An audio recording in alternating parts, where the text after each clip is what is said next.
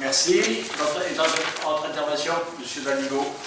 Oui, je souhaite intervenir notamment sur l'urbanisme, puisque tout ce que vous avez dans les 30 et quelques axes que vous avez présentés les uns les autres, si ça ne se traduit pas dans l'urbanisme et les finances, ça n'existera pas.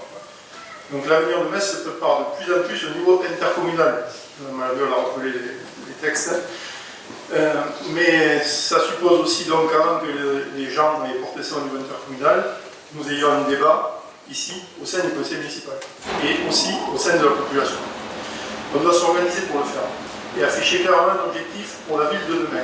Tracer une route balisée avec des étapes pour y arriver. Aujourd'hui, que voulons-nous? La réponse est dans le SWOT et le PLU. Je ne redonne pas les SWOT, le schéma territorial et le PLU, plan local d'urbanisme. Il y a un objectif affiché, c'est 13 500 habitants en 2030. C'est ça l'objectif légal aujourd'hui. Alors si on doit arriver là, je vous le dis tout de suite, il faut arrêter. Stop, on y est déjà. 12 000 habitants en 2018, 1er janvier 2018, l'INSEE. Non? Alors l'INSEE se trompe? Peut-être, oui. Le chiffre officiel de l'INSEE, c'est 12 000 habitants, 1er janvier 2018. Alors si le but c'est 13 500 en 2030, on n'a pas trop de questions à se poser. Donc il faut déjà savoir qu'on sera plus que 13 500 en 2030 et y réfléchir. Nous sommes prêts à y réfléchir. Ça tombe bien puisque le PLU est en révision et le SCOT aussi est en révision. Donc on a une marque pour travailler sur du concret. Le projet du Sesquier, pour nous, il doit être revu. Alors pas le parc qui va être payé par les finances publiques. Je parle du projet PLU Sesquier, l'OAP numéro 2 du Sesquier. Pour nous, il doit être revu. Il doit même peut-être être abandonné. En tout cas, il faut y travailler. Et l'idée commence à faire son chemin, on s'en félicite. Les constructions en zone proche des zones inondables vont se retrouver sous peu touchées par des nouveaux PTRI qui vont prendre l'élévation du niveau de la mer en compte, ce que le PTRI actuel ne prend pas en compte. C'est essentiel pour la ville, comme pour toutes les villes du littoral. Il faut en parler. La qualité environnementale des immeubles, ça doit être une priorité absolue pour le bien-être et le pouvoir d'achat des futurs occupants, locataires ou propriétaires. Les besoins en logements sociaux, il y a un parc attractif, mais il est insuffisant. Les besoins sont criants. Ils ne doivent pas servir simplement de simple alibi pour urbaniser à tout va sans jamais combler le déficit de logement accessible aux jeunes une fois les opérations terminées. Le développement des emplois et surtout la protection des emplois traditionnels de l'étang et de l'agriculture doivent se retrouver dans le futur PLU. Avant de chercher des emplois, conservons ce que l'on a. Et la protection de l'étang et de l'agriculture, c'est essentiel. La revitalisation du centre-ville et la création de logements sociaux en réhabilitant des îlots anciens, ça doit aller de pair. Là-dessus, on suivra. En fait, dans le discours, beaucoup de points nous rapprochent de tout ce qu'on a entendu là. Et certains nous séparent. Mais dans les faits, il est urgent de mettre fin à deux choses.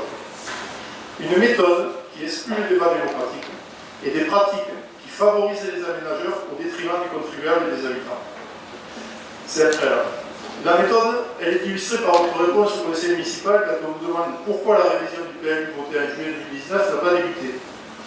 Vous répondez en y-travail, quand on aura fini, on vous le présentera. C'est ça la concertation? Vous répondez, si, c'est impossible. Elle est aussi illustrée par le fait que le projet du Sesquier est mené par vous au sein de SAM, cette agglomération, à qui on a délégué ce projet, que vous y travaillez, et que votre adjointe à l'environnement n'a pas connaissance des études environnementales et hydrauliques, quand je l'interroge. Elle est illustrée par le refus, depuis le 3 novembre, de me fournir des études et plusieurs autres documents demandés par écrit. Je suis revenu en mairie hier pour les demander. Cette méthode doit être rapidement abandonnée si nous voulons travailler ensemble pour le futur de Metz. Les pratiques. Alors cette séance, elle durerait jusqu'à 20 heures, mais on ne va pas faire le tour. Je vous citerai simplement la possibilité pour certaines opérations de se réaliser sans permis de lotir, alors que manifestement elle relève du droit du permis de lotir. Le permis délivré à l'immeuble irrégulier est cassé partiellement par le terrain. Le permis délivré pour l'opération Amiral, qui utilise des terrains agricoles et des terres en zone naturelle. L'opération du moulin à vent, ou appelé numéro 1 du PLU, Il n'a plus rien à voir entre ce qui a été présenté au Conseil et ce qui est réalisé aujourd'hui. Après ce nouveau quartier, le ratio logements sociaux, logements de maison s'est-il amélioré? Non, il s'est dégradé.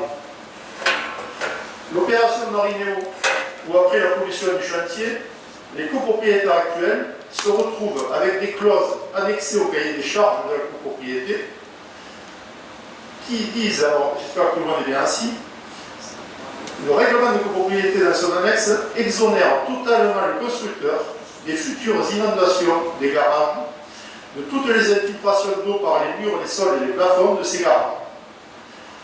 Les gens ont signé ça sans le voir, puisque c'était une annexe au règlement de la copropriété. Ceci sera probablement le cas du futur immeuble derrière le centre médical, où depuis le 2 novembre, on pompe 24 heures sur 24 pour mener à bien une fouille archéologique. Il est urgent de stopper les constructions de parkings souterrains dans les nappes phréatiques. Les épisodes de Valorec-les-Bains devraient nous servir de leçon. Les pratiques à abandonner permettront de mettre à l'abri la vie de nombreux procès. Alors la bonne méthode, il y en a une, c'est la transparence et le débat public. Ça commence par le débat au sein du Conseil. De tout ce que nous avons entendu ce soir, nous l'avons entendu pour la première fois. Il n'y a toujours pas eu de commission finance, il n'y a toujours pas eu de commission urbanisme qui avait été promise. Les bonnes pratiques, c'est le bon sens et le respect des lois. Sur ces bases, nous travaillerons. Nous ferons des propositions, comme par exemple la création d'un PAEN. Alors c'est un périmètre de protection qui sanctuarise les espaces agricoles et les espaces naturels, ainsi que les espaces conquis. Madame Estrada, vous savez de quoi je parle. On peut, si on veut protéger les zones, mettre un outil en place. Il ne s'agit pas de faire un discours, il nous faut des actes. La création d'appels à projets pour des constructions collectives à énergie positive, ça existe ailleurs. Ça se fait de plus en plus. Missionner la CEMAVAT pour exercer une réelle maîtrise foncière sur toute la commune, Monsieur le Président de la CEMAVAT, ça doit être possible. Créer des opérations immobilières où la ville reste propriétaire du terrain, ce qui supprime la charge foncière pour les opérateurs publics ou privés, ça peut être efficace en termes de construction de logements sociaux. Les propositions, nous en avons beaucoup. Il nous reste à travailler ensemble.